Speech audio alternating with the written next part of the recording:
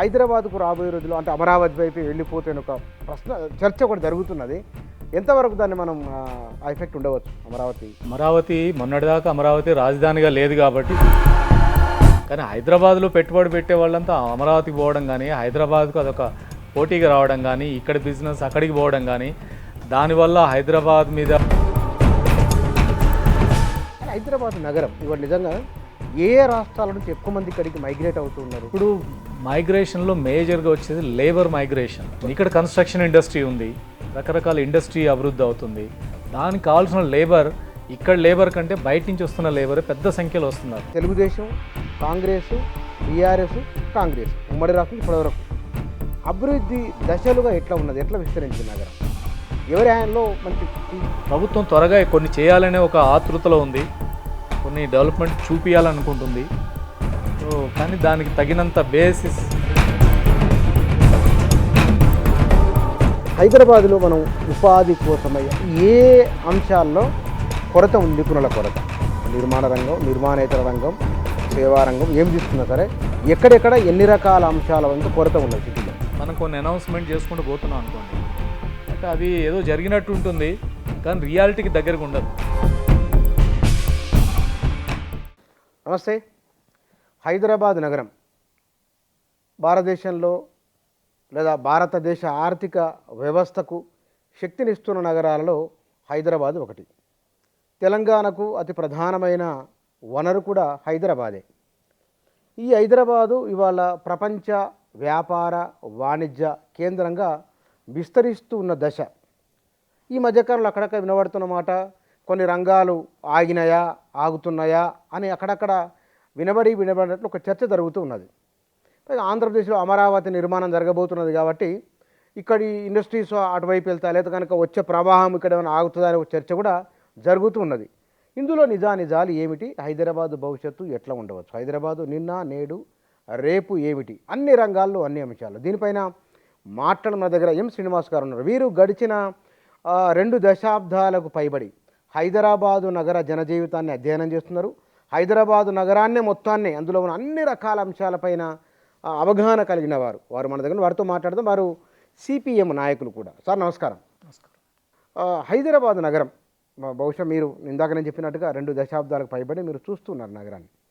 హైదరాబాద్కు రాబోయే రోజుల్లో అంటే అమరావతి వైపు వెళ్ళిపోతే ఒక ప్రశ్న చర్చ ఒకటి జరుగుతున్నది.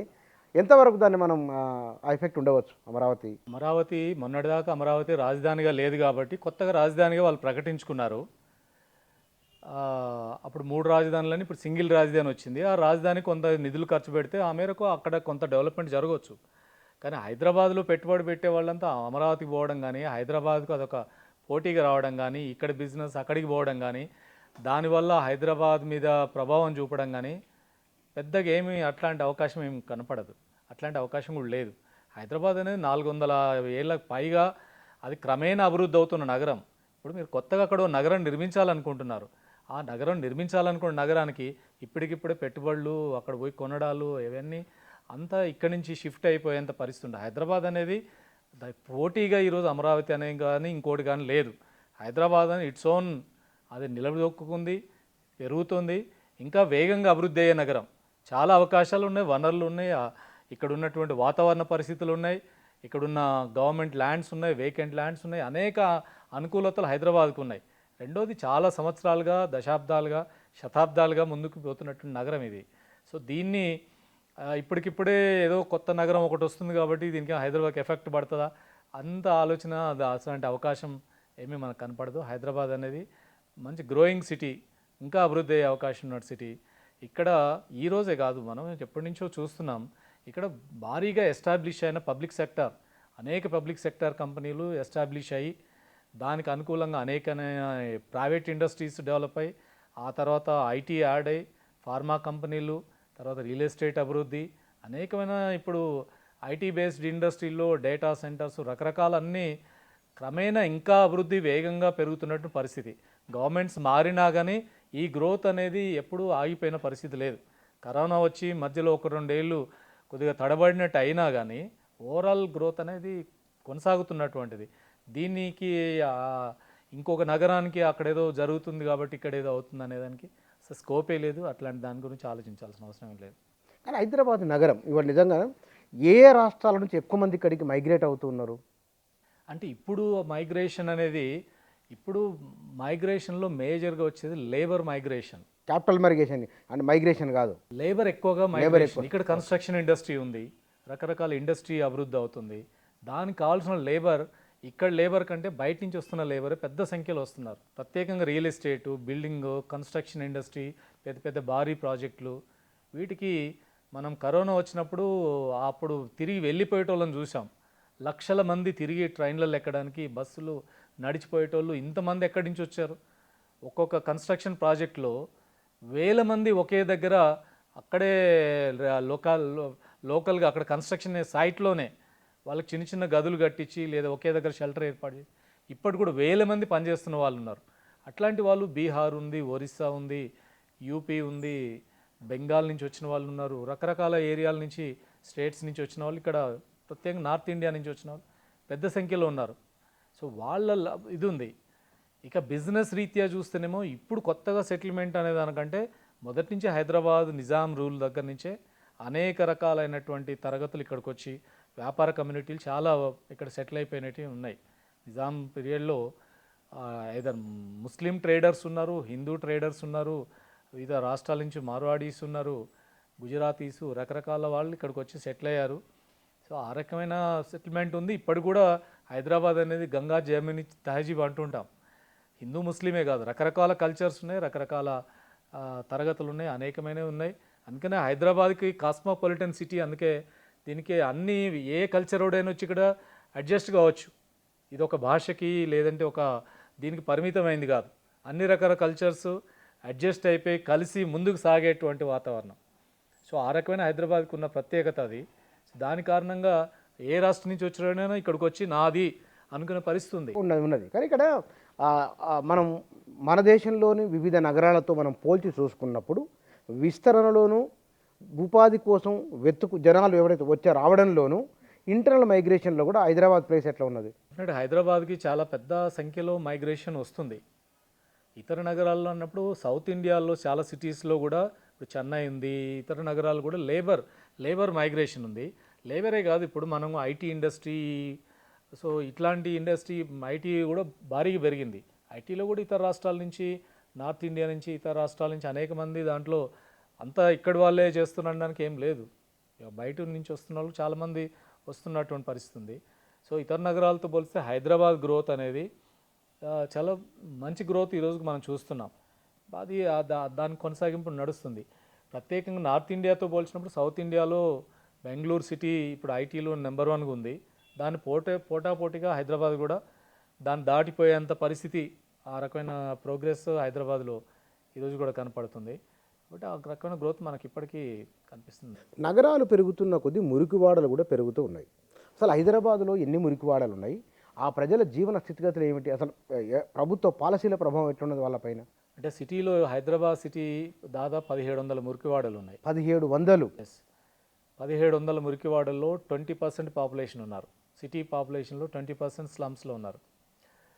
అయితే దీని మీద గత 10-15 ఏళ్ళుగా చూస్తే ఏంటంటే మురికివాడలు అనే పదాలు లేకుండా పోయినాయి. ఇప్పుడు అది మురికివాడలు అభివృద్ధి అనేది పక్కకు పోయింది. ఇప్పుడు మనం డెవలప్మెంట్ గురించి ఒక రకమైన డెవలప్మెంట్ మాట్లాడుతున్నాం. హైదరాబాద్ విస్తరిస్తుంది, ఇండస్ట్రీ పెరుగుతుంది, కొత్త ఆ ఏరియాలోకి కన్స్ట్రక్షన్, రియల్ ఎస్టేటు, ఇండస్ట్రీ పెరుగుతున్నాయి, ఇవి ఉన్నాయి. ఈ వచ్చే నిధులు కూడా గవర్నమెంట్ పెట్టే ఖర్చు అంతా కూడా అక్కడ కొత్త రోడ్లు వేస్తాం, 100 ఫీట్ రోడ్లు, 200 ఫీట్ రోడ్లు. ఇప్పుడు 4th సిటీ రాబోతుంది ముచ్చర్లని ముఖ్యమంత్రి గారు ప్రకటించారు. అక్కడ 200 ఫీట్ రోడ్లు వేస్తాం, దానికి ఎంత ఖర్చు అయినా పెడతామని చెప్తున్నారు. ఇప్పుడు డెవలప్మెంట్లో అదొక రకమైన డెవలప్మెంట్. కానీ ఇక్కడ ఉండే ఇప్పుడు దశాబ్దాలు శతాబ్దాలుగా ఉన్నటువంటి మురికివాడలు అభివృద్ధి అయినవి, అక్కడ వాళ్ళ పరిస్థితి డ్రైనేజీలు సక్రమంగా ఉండవు, రోడ్లు సరిగ్గా ఉండవు, మంచినీళ్ళు స్వచ్ఛమైన మంచినీళ్ళు అందించే పరిస్థితి ఉండదు, సరైన స్ట్రీట్ లైట్ ఉండదు, సరైన ఇల్లు ఉండవు, ఒక సెమీ పక్క లేదంటే గుడిసెలు, రకరకాల రూపాలు ఇప్పటికి కూడా ఉన్నాయి. నీ ఖర్చు అంతా ఎక్కడ పెడుతున్నావు? కొత్తగా అభివృద్ధి అవుతున్న నువ్వు ఫైనాన్స్ డిస్ట్రిక్టో, ఇంకోటో, మాదాపూరో, ఇంకొక ఏరియాను దానికి పెడుతున్న బడ్జెట్తో పోలిస్తే మురికివాడలు అనేది వాటి అభివృద్ధి ఏంటి? దాని డెవలప్మెంట్ కోసం పెట్టే ఖర్చు అంతా. గతంలో స్లమ్ కోసం 40% of the municipal budget slums కోసం ఖర్చు పెట్టాలని ఒక జీవో ఉండేది. దాన్ని అట్లా అమలు చేసే కొంత ప్రయత్నం జరిగేది. ఇప్పుడు అది పూర్తిగా ఎగిరిపోయింది. స్లమ్ అనే చర్చే లేదు, దాని మీద పెడుతుంది లేదు. మేము ఈ మధ్యకాలం చూస్తే ఏ మురికివాడ పోయినా కలుషిత నీరు వస్తుంటుంది, ఏ మురికివాడ పోయినా డ్రైనేజ్ పొంగుతుంటుంది, ఏ మురికివాడ పోయినా సరిపడ రోడ్లు దెబ్బతినిపోయిన రోడ్లే కనపడుతుంటాయి. ఎందుకు ఇలాంటి పరిస్థితి? ఇది నెగ్లెక్ట్ అయింది. మన డబ్బంతా కూడా అభివృద్ధి అనే పేరుతోటి జరుగుతుందంతా కూడా హయ్యర్ మిడిల్ క్లాసు లేదా కార్పొరేట్ సెక్టరో లేదంటే రియల్ ఎస్టేట్కు అనుకూలమైనటువంటి పద్ధతిలో డెవలప్మెంట్ జరుగుతుంది. కానీ ఇక్కడున్న పేదలు, సామాన్య జనం, మధ్యతరగతి వీళ్ళుండే ప్రాంతాల్లో ఉండే సౌకర్యాలు ఎట్లున్నాయి?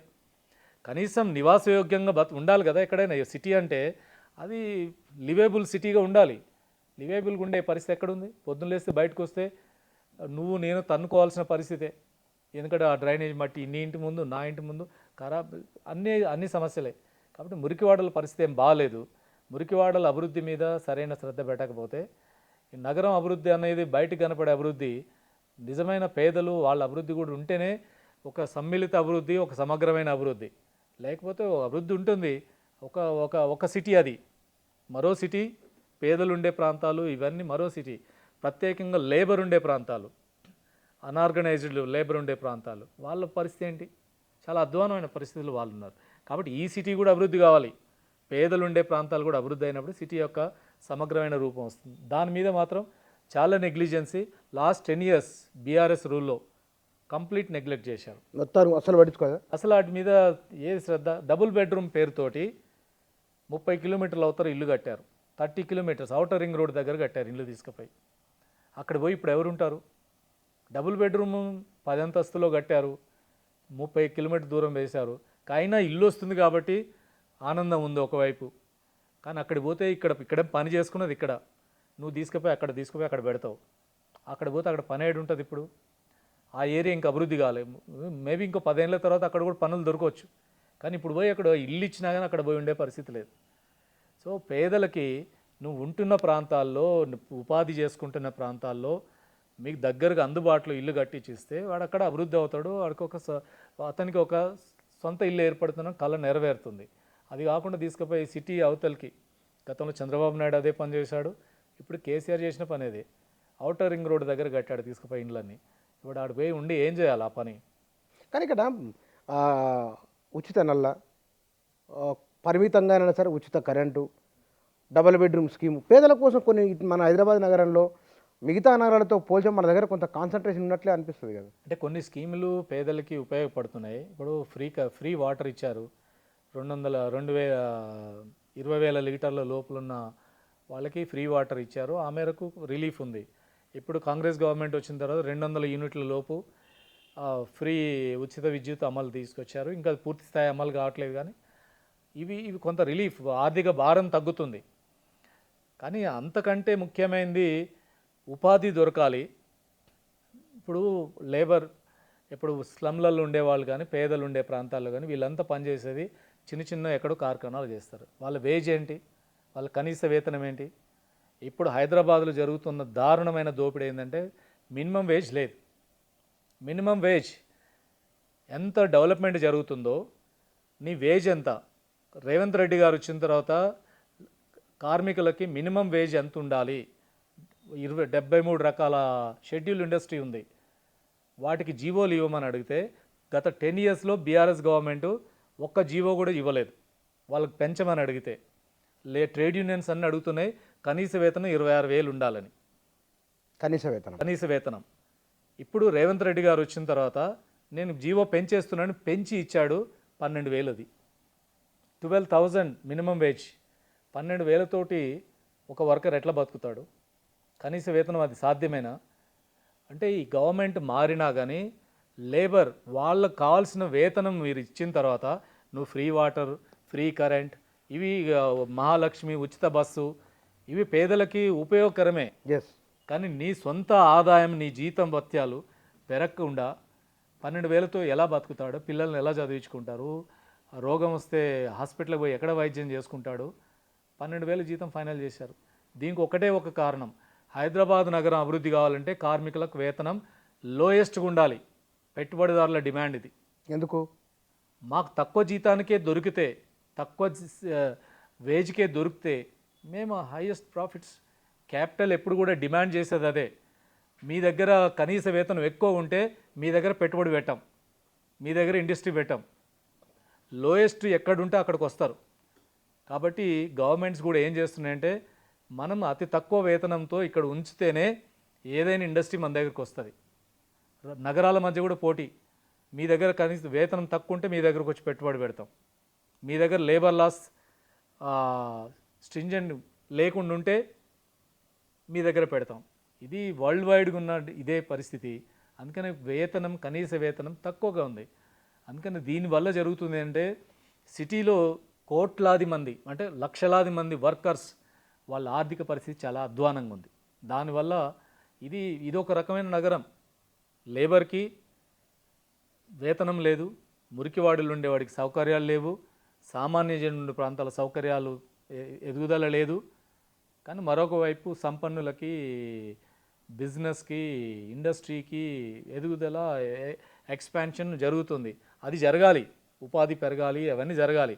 కానీ ఇక్కడ ఈ తరగతిని కూడా పట్టించుకోవాలి, ఈ తరగతి మీద కూడా కాన్సన్ట్రేట్ చేయాలి. ఈ డెవలప్మెంట్ జరగకపోతే అది మొత్తం ఓవరాల్ డెవలప్మెంట్ కాదు. కానీ ఇక్కడ మనం మాట్లాడుతుంది హైదరాబాద్ నగరంలో, హైదరాబాద్ నగరం నిన్న, ఇవాళ, రేపు ఇతర ప్రాంతాలకు వెళ్ళి వలస వస్తున్న వాళ్ళు కూలీ చేసుకునేవారు లేదా వివిధ వృత్తులు చేసుకునేవారు. ఈ మధ్య గవర్నమెంట్ స్కిల్ యూనివర్సిటీ అన్నది. స్కిల్ యూనివర్సిటీ బహుశా ఈ హైదరాబాదు గ్రోత్ను పెంచడానికి మరింత ముందుకు తీసుకెళ్ళి దోహదం చేస్తుంది. అయితే ఎట్లా, కొంత లోతుగా అది చెప్పండి. అంటే స్కిల్ యూనివర్సిటీని కొత్తగా ప్రారంభించారు, కొత్తగా శంకుస్థాపన చేశారు. స్కిల్ యూనివర్సిటీ ఒకటే కాదు, స్కిల్ డెవలప్మెంట్ కోసం ఈ మధ్యలో ఐటీఐలో కూడా కొత్త స్కిల్ డెవలప్మెంట్ కోసం టాటా ఇన్స్టిట్యూట్తో ఒక ఒప్పందం చేసుకొని రకరకాల కొత్త ట్రేడ్స్ని, ఎంప్లాయ్మెంట్కు రిలేటెడ్గా ఉండే ట్రేడ్స్ని, దాని ఈరోజు ఉన్నటువంటి మోడర్నైజ్ ఎక్కడైతే ఉపాధి దొరుకుతుందో ఆ ట్రేడ్స్ మీదనే మేము ట్రైనింగ్ ఇస్తాం. పాతకాలంలో ఉన్నటువంటి ఫిట్టరు, మెకానిక్, రకరకాల కోర్సెస్ గతంలో ఉన్నాయి ఐటీఐలో. ఇప్పుడు స్కిల్ యూనివర్సిటీలో కూడా ఆ రకమైన స్కిల్ డెవలప్మెంట్కి, అది మేబీ లేటెస్ట్ ఐటీ రంగంలో కావచ్చు, రకరకాల వాటిలో కూడా అట్లాంటి స్కిల్ యూనివర్సిటీ రావడం వల్ల కొత్త స్కిల్ డెవలప్మెంట్కి ఉపయోగపడుతుందని తీసుకొచ్చారు. వెల్కమ్, చాలా మంచి. ఆ రకమైన ట్రైనింగ్ ఇవ్వడం, మన లోకల్ వాళ్ళకి ఇక్కడ ఉండే ఎంప్లాయ్మెంట్ జనరేషన్లో ఆ రకమైన స్కిల్స్ అందించడం ద్వారా ఈ తరగతికి ఉపాధి కల్పించడం కానీ, ఆ రకమైన కొత్త ఎంటర్ప్రెన్యూర్స్ తయారు కావడానికి కానీ డెఫినెట్గా యూజ్ అవుతుంది. అది కింది స్థాయిలో ఐటీఐ స్థాయిలో పెట్టే స్కిల్ డెవలప్మెంట్ కానీ, అక్కడ పెట్టిన స్కిల్ యూనివర్సిటీ కానీ, ఇప్పుడు స్కిల్ యూనివర్సిటీలో ఏ రకమైనది ఇస్తారు ఏమిటి, ఇంకా పూర్తిగా అదంతా పూర్తిగా బయటికి డిపిఆర్, దాని వివరాలన్నీ ఇంకా బయటికి రావాల్సి ఉంది. ఏ రకమైన వాటికి ఇస్తారో, ఏ రకమైన లబ్ధి జరుగుతుంది. సో ఆ రకమైన ఒక ప్రయత్నం, మంచి ప్రయత్నం. సో ఆ రకమైన స్కిల్ డెవలప్మెంట్ కోసం ప్రభుత్వం చేస్తుందని డెఫినెట్గా అప్రిషియేట్ చేయాల్సిందే. కానీ సార్, ఒకటి, హైదరాబాద్ నగరంలో ఇంత పెద్ద ఎత్తున నిర్మాణాలు జరుగుతున్నాయి, భవన నిర్మాణం జరుగుతున్నది, ఇతర ఇరిగేషన్ ప్రాజెక్టు కూడా జరుగుతున్నాయి. ఒకప్పుడు తెలంగాణ వారు బతుకుదొరకు ఇతర ప్రాంతాలకు వలస వెళ్ళేవారు. అసలు ఇవాళ మన తెలంగాణకు గ్రామీణ ప్రాంతాలు కూడా నిర్మాణ రంగానికి ఇతర రాష్ట్రాల వాళ్ళు వస్తున్నారు. మరి వీళ్ళంతా ఎక్కడ రీప్లేస్ అవుతున్నారు, ఏమిటి అసలు, ఏంది, ఎవరు స్టడీ చేశారు దీని మీద? అంటే మీరు నాకు అర్థం కాల.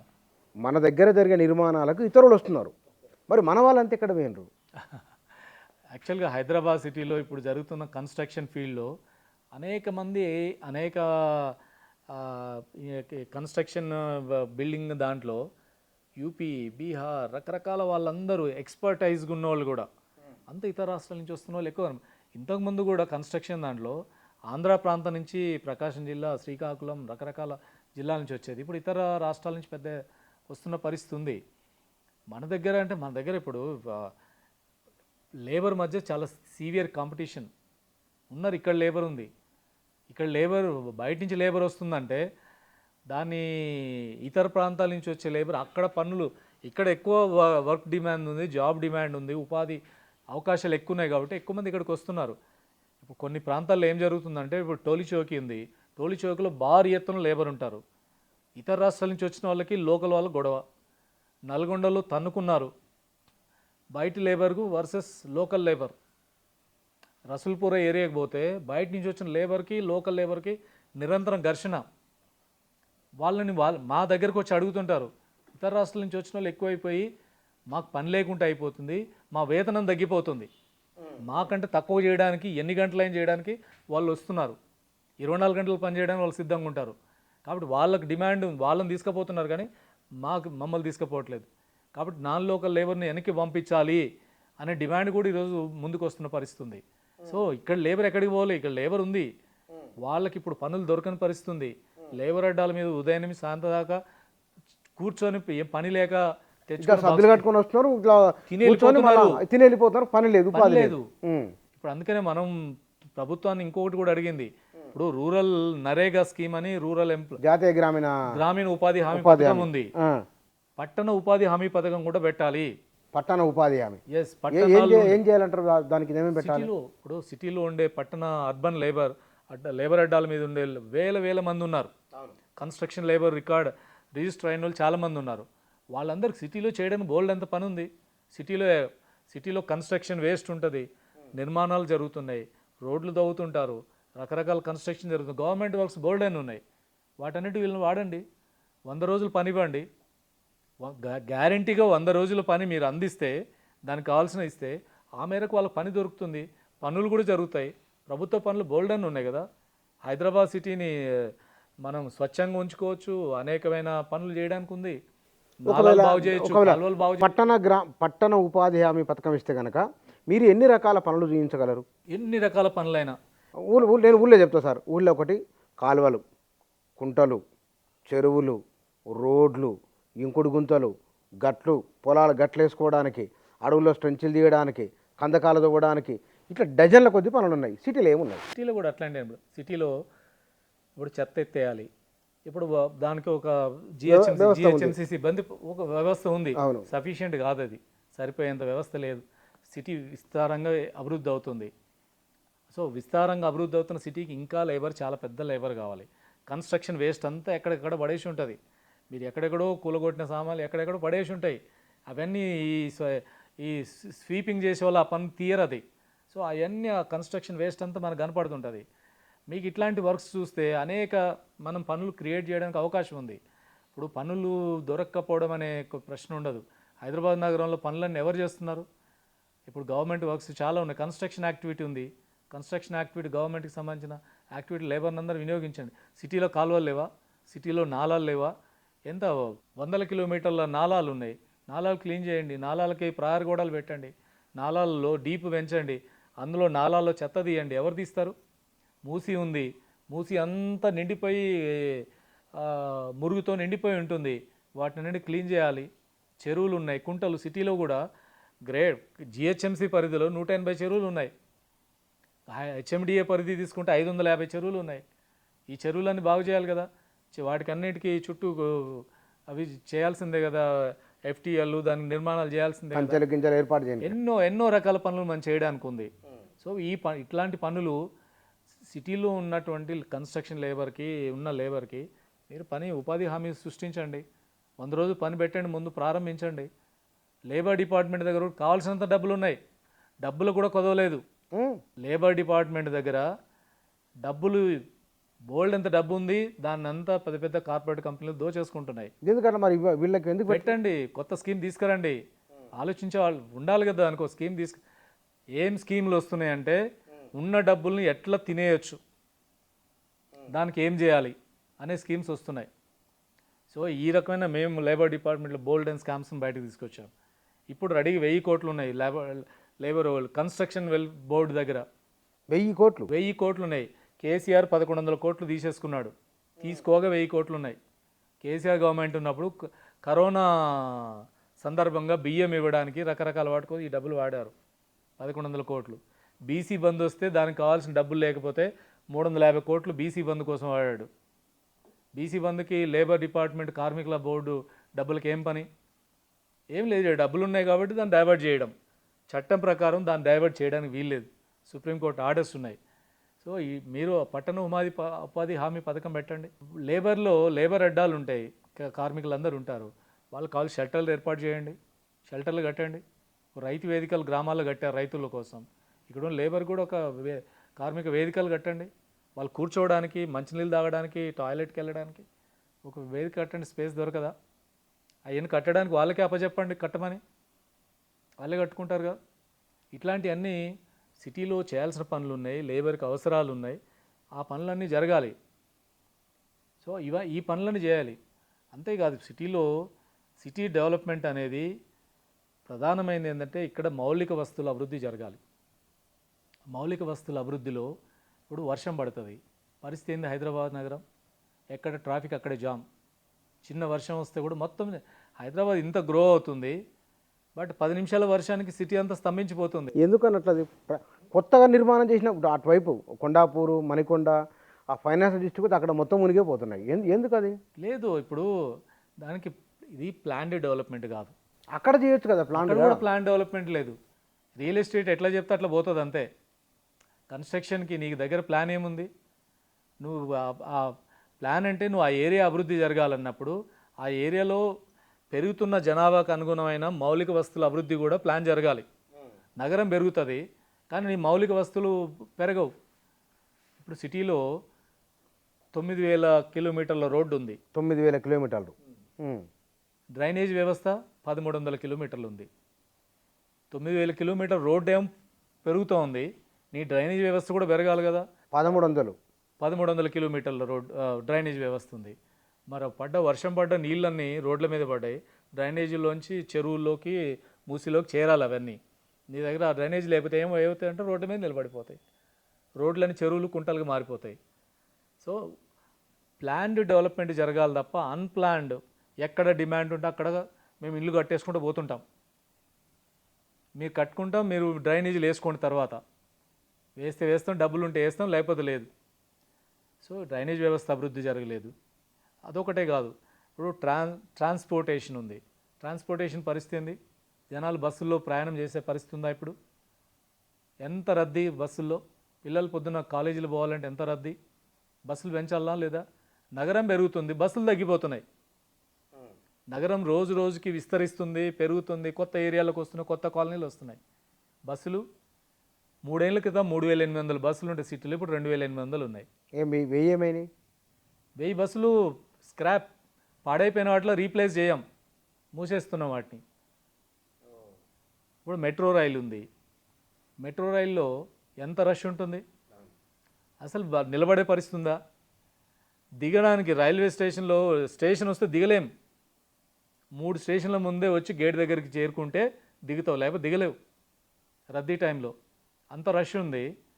మెట్రో రైల్లో 3 బోగీలతో నడుపుతున్నారు మెట్రో రైల్ని, ఇంకో 3 బోగీలు ఎందుకు యాడ్ చేయవు? మొత్తం 3 బోగీలతో ఎందుకు నడుపుతున్నావు? ఎల్ఎన్టీ సంస్థ నడుపుతుంది, వాళ్ళు ఇంకో 3 బోగీలు తీసుకొచ్చి పెట్టడానికి రెడీగా లేరు.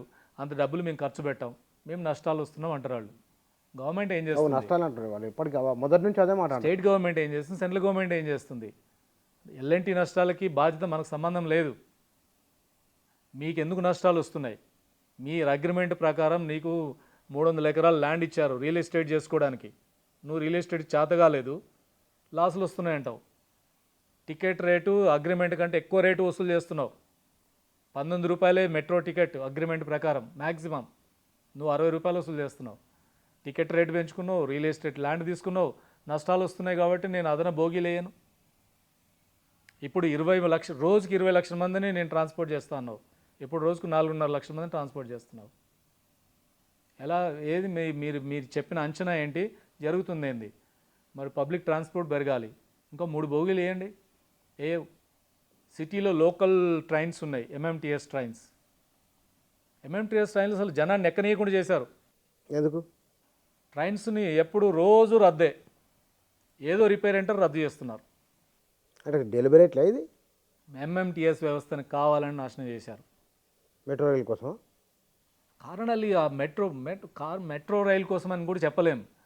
సెంట్రల్ గవర్నమెంట్ రైళ్ళని, లోకల్ రైళ్ళు అది చీప్గా నడుస్తున్నాయి. ఎందుకు నష్టాలు? 10 రూపాయల టికెట్, దానికి 10 రూపాయలు పెట్టి సిటీలో ఎక్కడికైనా ఆ రూట్లో లింగంపల్లి దాకా పోవచ్చు 10 రూపాయల టికెట్ తోటి. అట్లాంటి చీప్ వ్యవస్థను ఒకటి మొదటి నుంచి ఉంది అది. ఇప్పుడు దాంట్లో ట్రైన్ ఎక్కడానికి లేకుండా పోయింది. ఒక ఏడాది క్రితం 1,50,000 మంది ప్రయాణం చేస్తే ఇప్పుడు 60,000కి వచ్చింది. అది 900 కోట్లు పెట్టి కొత్త లైన్లు వేశారు, కొత్త రూట్లలో. 900 కోట్లు వేసిన లైన్లో ట్రైన్కు 4 కూడా ఉండరు.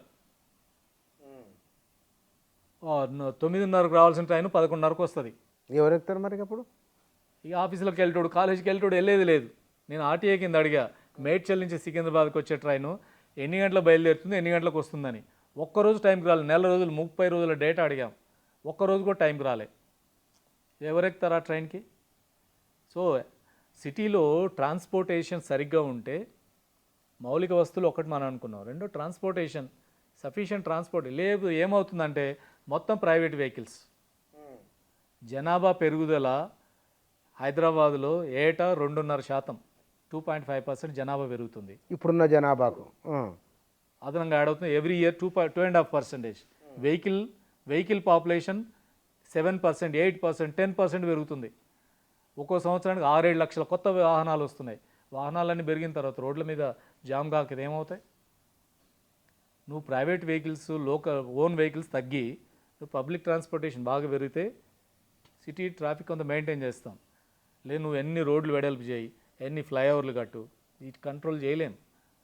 వెహికల్స్ని తగ్గించాలి అంటే నువ్వు జనం అంతా రైళ్లలో, బస్సుల్లో ప్రయాణం మెజారిటీ వెళ్ళగలిగితే మన ఓన్ వెహికల్స్ తగ్గుతాయి. కానీ ఇక్కడ ఇతర నగరాలతో మెట్రోపాలిటన్, కాస్మోపాలిటన్ సిటీస్తో మనకు ఢిల్లీ ఉంది, బెంగాల్ ఉంది, బెంగళూరు ఉంది, చెన్నై, హైదరాబాద్, ఇవి టాప్ సిటీస్ ఇండియాలో.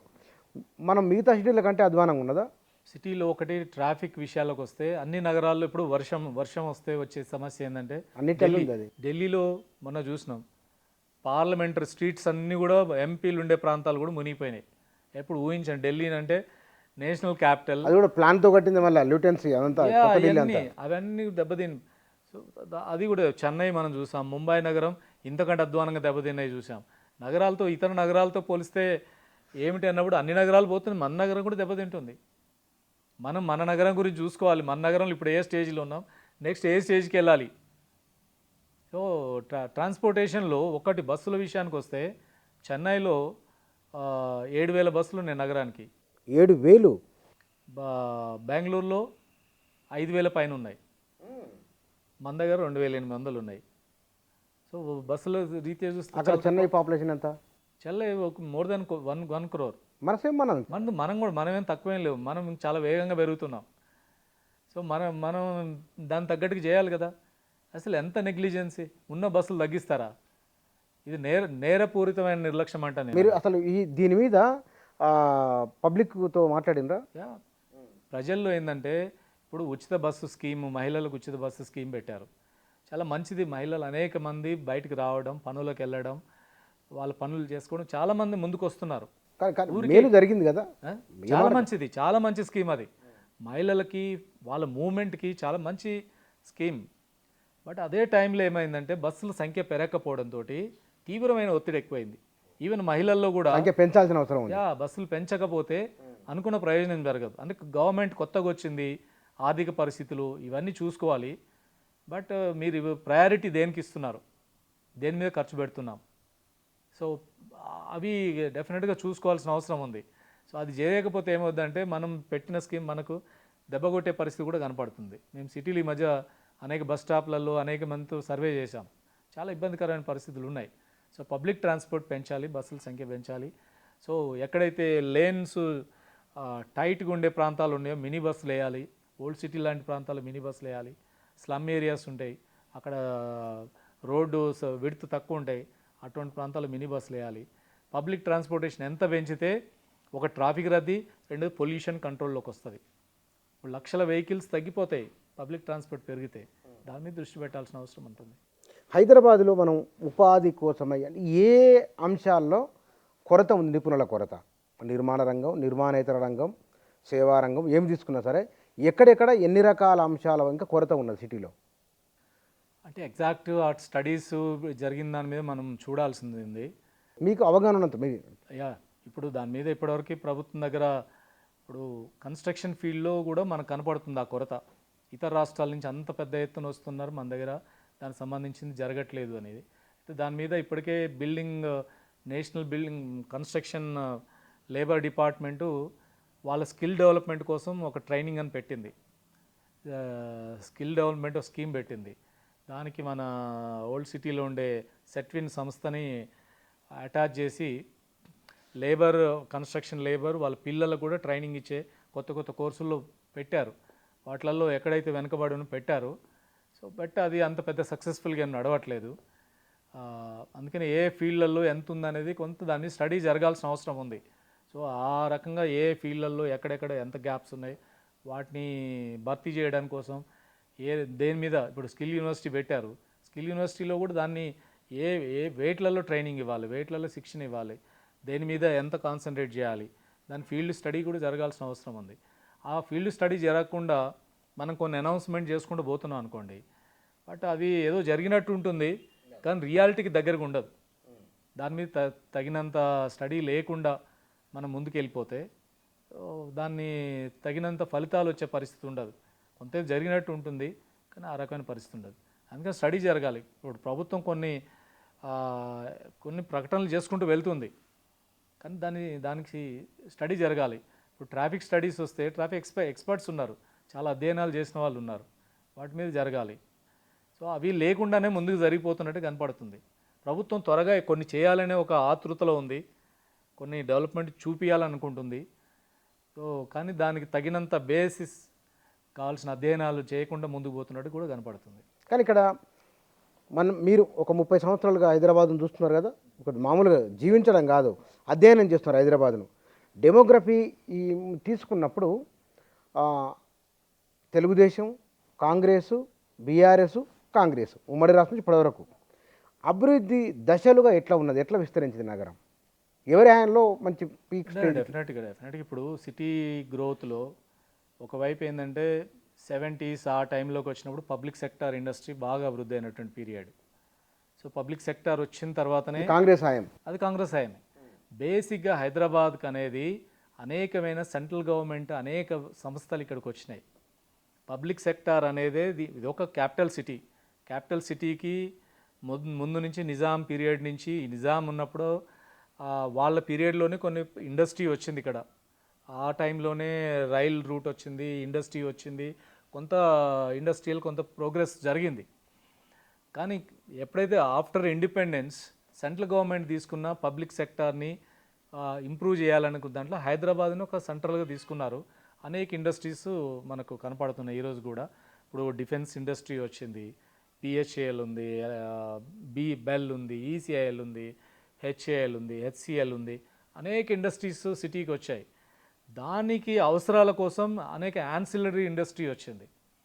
అది పెరిగిన తర్వాత ఇప్పుడు ఐడిపిఎల్, ఇప్పుడు ఫార్మా హబ్గా హైదరాబాద్ అనేది ఫార్మా కంపెనీలకి దేశం నుంచి ఎక్స్పోర్ట్ చేసే మొత్తం ఫార్మా వాటిలో 40% హైదరాబాద్ నుంచే ఎక్స్పోర్ట్ అవుతుంది. ఇది హెడ్ క్వార్టర్స్ ఫార్మాకి.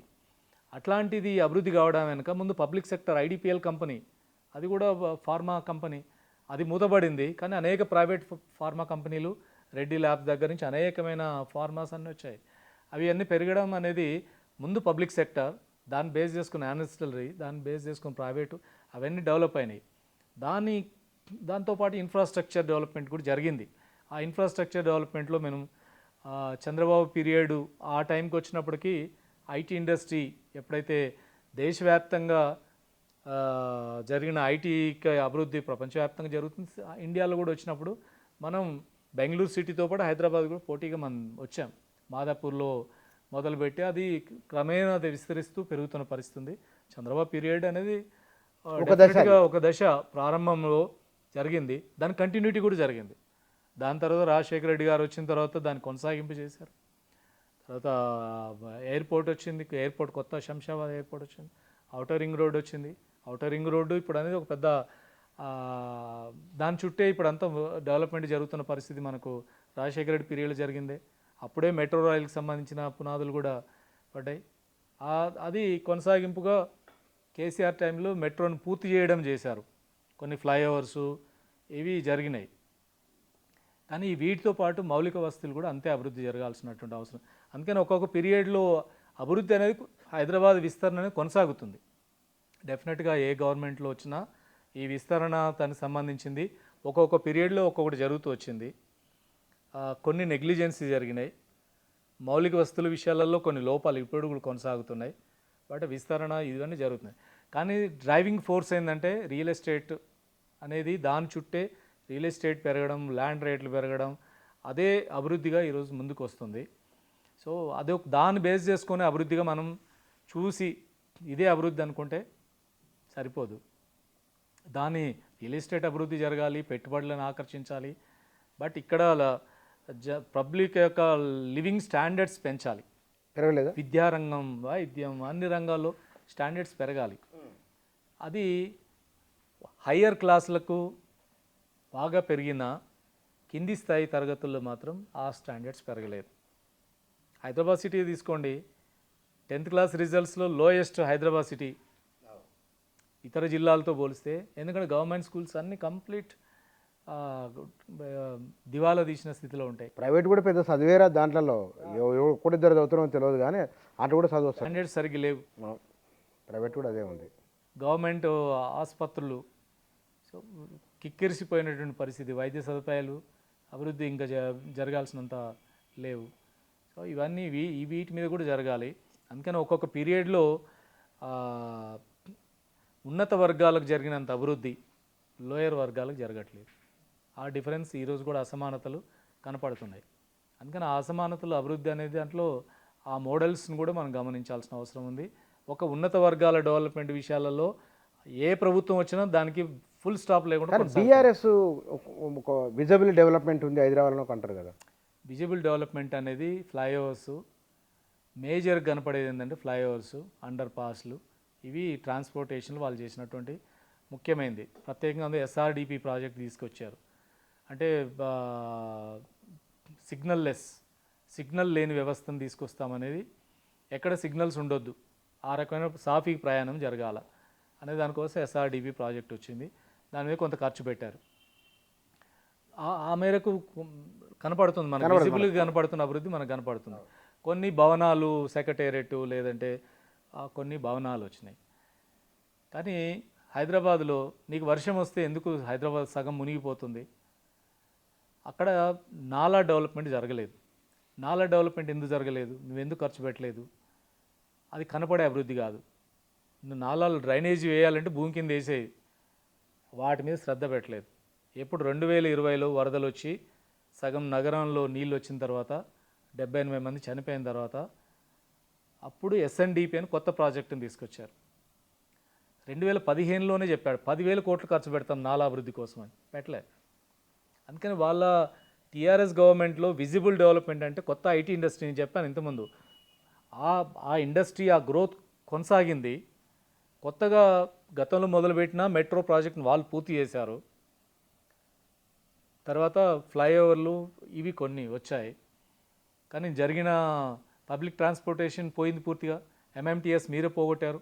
సెంట్రల్ గవర్నమెంట్కు మీరు ఇద్దరు గొడవపడి దాన్ని మొత్తం స్మాష్ చేశారు. బస్సుల్ని తగ్గించారు. మెట్రోని ఓల్డ్ సిటీ పొడగాల్సిన జరగలేదు. ఫెయిల్యూర్స్ కూడా ఉన్నాయి. నేను అనేది ఏంటంటే బీఆర్ఎస్ జరిగినవి కొన్ని ఉన్నాయి, పనులున్నా ఫెయిల్యూర్స్ కూడా అనేకం ఉన్నాయి. అంటే హైదరాబాద్ నగరంలో నేను ఒకటి చెప్తాను, హైదరాబాద్ సిటీలో బీఆర్ఎస్ చేసిన అత్యంత డ్యామేజింగ్ పని ఏంటంటే సిటీలో ఉన్న వ్యవస్థల్ని మొత్తం స్మాష్ చేశారు. జిహెచ్ఎంసీ ఉంది, హైదరాబాద్ డెవలప్మెంట్ చేయాల్సిన కీలకమైన సంస్థ జిహెచ్ఎంసీ. జిహెచ్ఎంసీకి నిధులు లేకుండా చేశారు, అప్పుల పాలు చేశారు. ఎందుకు జిహెచ్ఎంసీ? ఎప్పుడైనా ఆంధ్రప్రదేశ్లో, ఉమ్మడి ఆంధ్రప్రదేశ్లో టీటీడీ దగ్గర అధిక ఆదాయం ఉండేది, తర్వాత జిహెచ్ఎంసీ. బీఆర్ఎస్ వచ్చిన తర్వాత అప్పులు మొదలైనాయి, దివాలా తీయడం మొదలైంది. ఇప్పుడు అప్పుల్లో మునిగిపోయింది. ఫ్లైఓవర్లు కట్టారు కదా, అప్పులు తీసుకొచ్చి కట్టారు. ఎవరు? జిహెచ్ఎంసీ అప్పులు తీసుకొచ్చి కట్టింది. కేటీఆర్ ఇనాగరేషన్ చేసి ఉండొచ్చు, తెచ్చింది జిహెచ్ఎంసీ అప్పు తీసుకొచ్చింది. అప్పులతో అభివృద్ధి జరిగింది.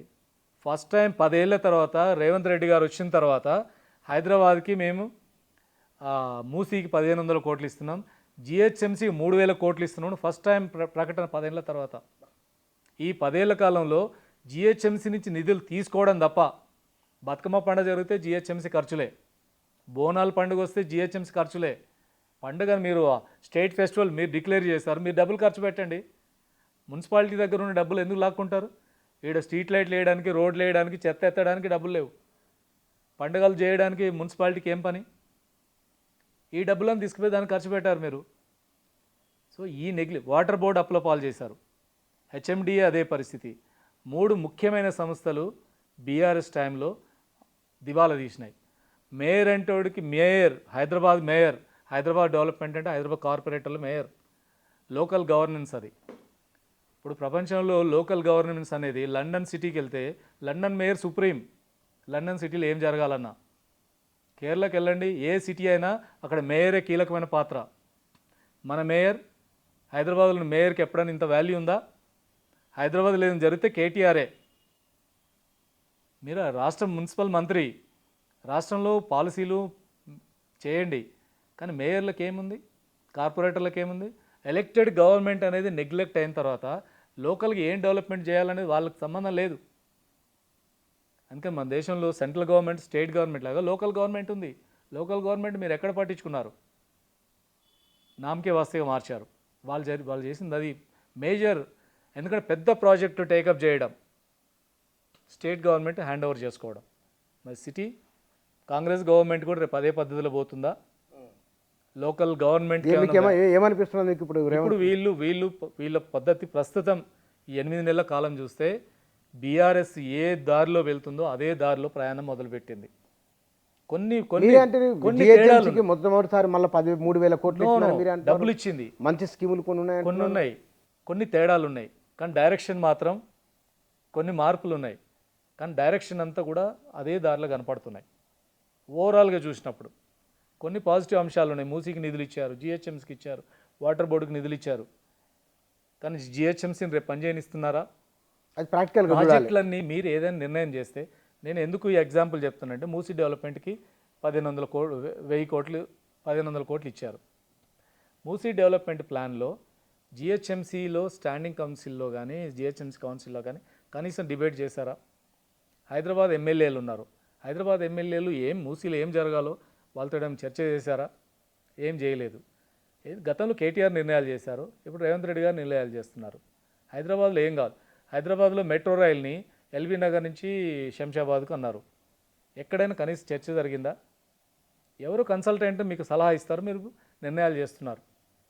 హైదరాబాద్ డెవలప్మెంట్లో హైదరాబాద్లో ఉండే ప్రజాప్రతినిధుల యొక్క పాత్ర ఉండాలి, మున్సిపాలిటీ ఉండాలి, లోకల్ గవర్నమెంట్ అంటూ ఒకటి ఉంది. లేదంటే మీరు వద్దంటే రద్దు చేయండి. కాన్స్టిట్యూషన్ చెప్పింది లోకల్ గవర్నమెంట్ ఉండాలి. గ్రామ పంచాయతీలు ఉన్నాయి, గ్రామ పంచాయతీలు ఆ గ్రామంలో ఏం జరగాలో ఇక్కడ మినిస్టర్ గారు నిర్ణయిస్తారా? హైదరాబాద్ మాత్రం వేరే ఏంటి? లోకల్ గవర్నమెంట్ ఉండాలి. లేకపోతే అక్కడ కరప్షన్ ఆపలేం, పనులు జరుగుతున్న జాప్యాన్ని ఆపలేం, ప్రజల భాగస్వామ్యం ఉండదు, ఎక్కడో నిర్ణయాలు జరుగుతుంది. మీరెందుకు మీ నిర్ణయాలు ఎందుకు? రేపు ఢిల్లీలో ఉన్న గవర్నమెంట్ చెప్పుద్ది, మేమే చెప్పిన స్కీమ్ చేయండి అంటారు వాళ్ళు. మిమ్మల్ని కూడా నెగ్లెక్ట్ చేసి రాష్ట్రాలను పట్టించుకోకుండా కేంద్రం వ్యవహరిస్తారు. అప్పుడు మీరేం చేస్తారు? మాకు అన్యాయం జరిగింది అంటారు కదా మీరు. సో అందుకనే సెంట్రల్ మీద మీరు ఎట్లాగైతే మమ్మల్ని నెగ్లెక్ట్ చేస్తున్నారు అంటున్నారో, మీరు లోకల్ గవర్నమెంట్ని నెగ్లెక్ట్ చేయకండి. మీ లోకల్ గవర్నమెంట్స్కి హైదరాబాద్ కొన్ని నిధులు ఇచ్చారు, కానీ హైదరాబాద్ ఫంక్షనింగ్కి లోకల్ సంస్థల్ని బలోపేతం చేయండి. వాటర్ బోర్డుని బలోపేతం చేయండి, జిహెచ్ఎంసీని బలోపేతం చేయండి. వాళ్ళు స్వతహాగా పనిచేసుకునే అవకాశం ఇవ్వండి. అన్ని నిర్ణయాలు మీరే చేసి దాని మీద రుద్దితే చాలా విషయాలు మనకు అర్థం కాకుండానే జరిగిపోతుంటాయి. ఎస్, ఒకవేళ హైదరాబాదు ఇవాళ మనం అది ప్రతి 10 సంవత్సరాలకు ఒకసారి మునుపటి కంటే అద్భుతమైన పురోగతి సాధిస్తూ ఉన్నది. ఇది బహుశా ఎన్ని కిలోమీటర్లకు విస్తరిస్తో తెలియదు. ఇప్పటికైతే సంగారెడ్డి దగ్గరికి వెళ్ళిపోయింది హైదరాబాదు. ఇటువైపు కొంత మందగమనంలో ఉన్నది, కానీ ఓవరాల్గా హైదరాబాదు అభివృద్ధికి వచ్చిన డోకా ఏమీ లేదు.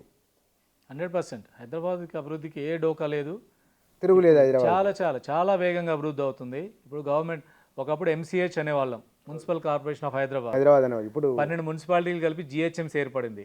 ఇప్పుడు జిహెచ్ఎంసీని ఔటర్ రింగ్ రోడ్డు వరకు విస్తరించి కొత్త ప్రణాళిక చేస్తున్నారు. దాన్ని ఇప్పుడు విపత్తుల కోసం దానికోసం హైడ్రా అనే కొత్తగా సంస్థను ఏర్పాటు చేశారు. సో అది దాదాపు ఔటర్ రింగ్ రోడ్డు పరిధి అంతా కూడా దాన్ని ఇది ఉంటుంది. ఇప్పుడు జిహెచ్ఎంసీని కూడా అంత దూరం విస్తరించాలనుకుంటుంది. డెఫినెట్గా పెరుగుతున్న నగరానికి తగ్గట్టుగా అడ్మినిస్ట్రేషన్ పెరగాలి, సిబ్బంది పెరగాలి, ప్రణాళికలు రావాలి. దానికి అవసరమైన ప్రణాళికల్లో పబ్లిక్ పార్టిసిపేషన్ కూడా ఉండాలి. ఏం ప్రణాళిక వేస్తున్నాం అనేది. రియల్ ఎస్టేట్ కూడా పెరుగుతుంది కదా. రియల్ ఎస్టేట్ ఇప్పుడు అంతా జరుగుతుందంటే డెవలప్మెంట్ రియల్ ఎస్టేట్ వాళ్ళు ఇప్పుడు ఇంతకుముందు హౌసింగ్ బోర్డులు ప్రధాన పాత్ర వహించేది. హౌసింగ్ ఎక్కడ కట్టాలన్నా హౌసింగ్ బోర్డు పోయి కట్టి, హౌసింగ్ బోర్డులని డెవలప్మెంట్స్ వచ్చేది అక్కడ జరిగేది. ఇప్పుడు కూకట్పల్లి అనేక ప్రాంతాలు హౌసింగ్ బోర్డులు మూసేశారు, ఇప్పుడు లేవు. అవి ఉన్నాయి, నామకే వాస్తేగా ఉన్నాయి. సో అంత రియల్ ఎస్టేట్ జరుగుతుంది. జరిగే రియల్ ఎస్టేట్ అయినా నువ్వు ప్రణాళికబద్ధంగా జరగాలి. దానికి కావాల్సిన రోడ్డు ఉందా, డ్రైనేజ్ ఉందా, దానికి కావాల్సిన ఫెసిలిటీ అంత ఉందా, వాటర్ ఉందా, సిటీ పెరుగుతున్నప్పుడు దానికి కావాల్సిన వాటర్ వేస్తున్నామా, ఇవన్నీ చూడాలి. చెరువులు కుంటలు కాపాడుకోవాలి. గోదావరి నుంచి కృష్ణా నుంచి నీళ్ళు తీసుకొస్తున్నాం, అది ఎంత అది సస్టైనబుల్ ఎంతకాలం. కాబట్టి స్థానిక వనరులు కూడా పెంచుకోవాల్సిన అవసరం ఉంది. సో హైదరాబాద్ నగరం బ్రహ్మాండంగా విస్తరిస్తున్న దాన్ని ప్లాన్డ్గా విస్తరించేటట్టుగా ప్లాన్డ్ అభివృద్ధి జరిగితే సమస్యలు తగ్గుతాయి. మన ఇన్ఫ్రాస్ట్రక్చర్ కూడా ఆ రకమైన పద్ధతులు అభివృద్ధి జరిగితే రేపు హైదరాబాద్ నగరానికి ఎట్లాంటి సవాళ్ళు వచ్చినా వాతావరణం మారుతుంది. కొత్తగా కొద్దిసేపట్లోనే భారీగా వర్షం పడే కొత్త పరిస్థితులు వస్తున్నాయి. తట్టుకునే కెపాసిటీస్ పెరగాల్సిన అవసరం. Right sir, thank you sir, thank you very much. Hyderabad నగరం సుమారుగా 500 సంవత్సరాల చరిత్ర కలిగింది. ఈ 75 ఏళ్ల కాలంలో మరింత వేగంగా మరింత అద్భుతంగా హైదరాబాద్ అభివృద్ధి చెందుతూ ఉన్నది. సమీప రాష్ట్రాలు లేదా ఇతర ప్రాంతాల నగరాలు విస్తరిస్తున్నప్పటికీ, నిర్మాణం అవుతున్నప్పటికీ హైదరాబాద్ నగరానికి వచ్చిన ఇబ్బంది ఏమీ లేదు. పైగా ఇది ఒక అద్భుతమైన ఉపాధి కేంద్రం. ఈ హైదరాబాద్కు ఉన్న సమస్యలు, ప్రభుత్వ పరంగా తీసుకోవాల్సిన నిర్ణయాలు, అన్ని వైపుల నుంచి జరగాల్సిన పనులు ఏమిటి అనేది వారి సూచనలు, అభిప్రాయాలు ఇవి. Thank you.